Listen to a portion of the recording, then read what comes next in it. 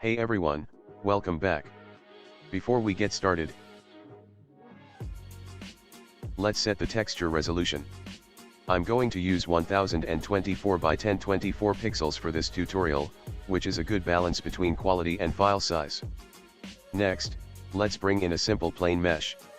You can export this from any 3D software you like.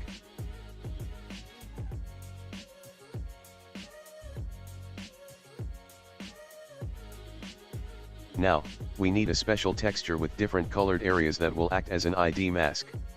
This helps us separate different patterns or materials later on. You can create this mask easily in Paint or Photoshop with solid colors. Let's import that color ID texture into Substance Painter.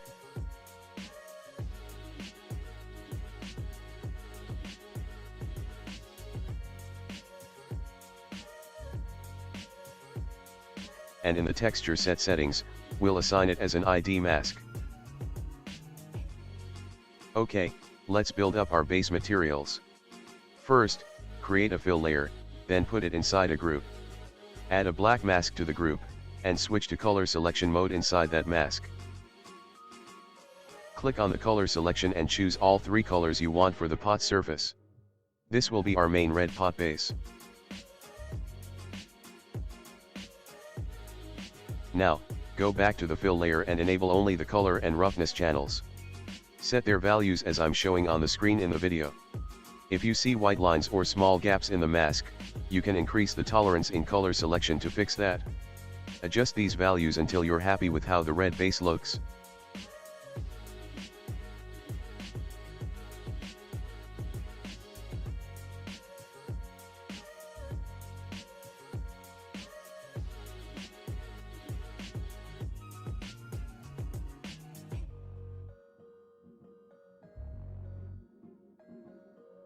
Rename this group to red base so we stay organized.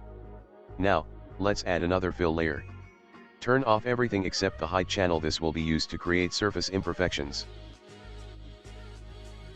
Set the height values as shown, then add a black mask on top of it.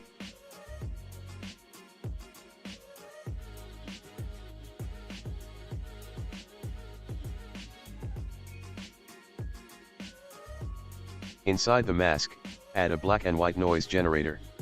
You'll see random noisy patterns appear on the surface.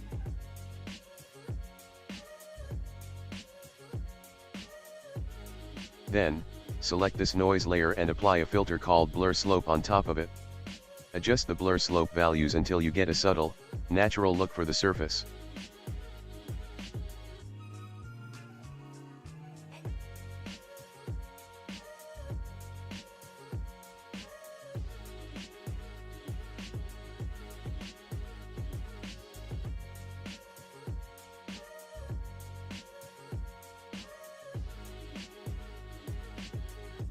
Let's add even more details. Create another fill layer and name it lines. Again, keep only the height channel active, with the value I show in the video. Add a black mask to this layer, and then place the same black and white noise into the mask's fill. To make these lines more realistic, add a blur directional filter on top of it, and tweak the settings to get those fine.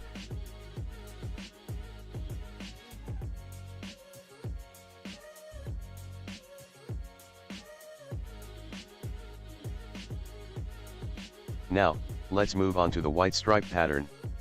Collapse the previous group, then make a new fill layer, group it, and add a black mask with color selection again.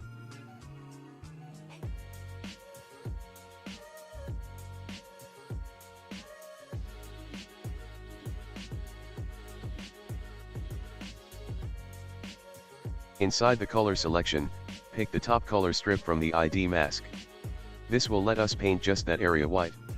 In the fill layer, turn off everything except color, and set it to pure white.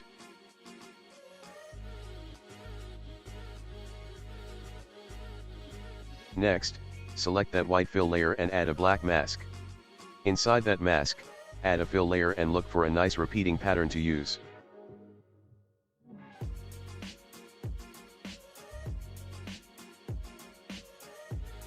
Plug that pattern into the fill's grayscale value.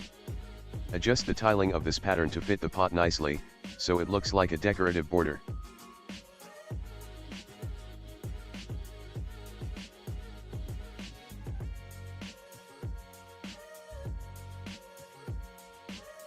You can even duplicate this group to create another pattern, just by selecting a different color in the mask and a different pattern in the fill layer.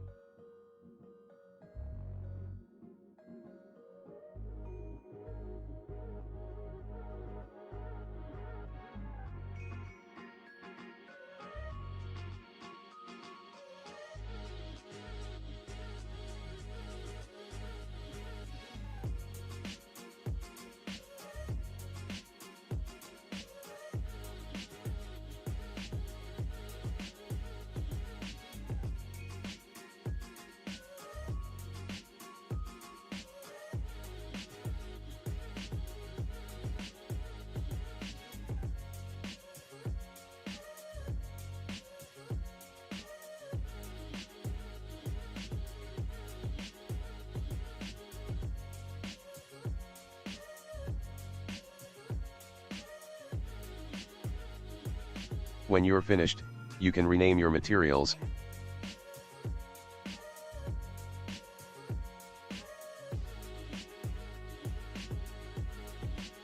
export the texture maps, and then bring them over to Blender or any 3D software to apply to your earthen pot. If you haven't seen the modeling tutorial yet, make sure to check out my playlist. I'll link it in the description so you can follow along from start to finish. Thanks for watching, and see you in the next video.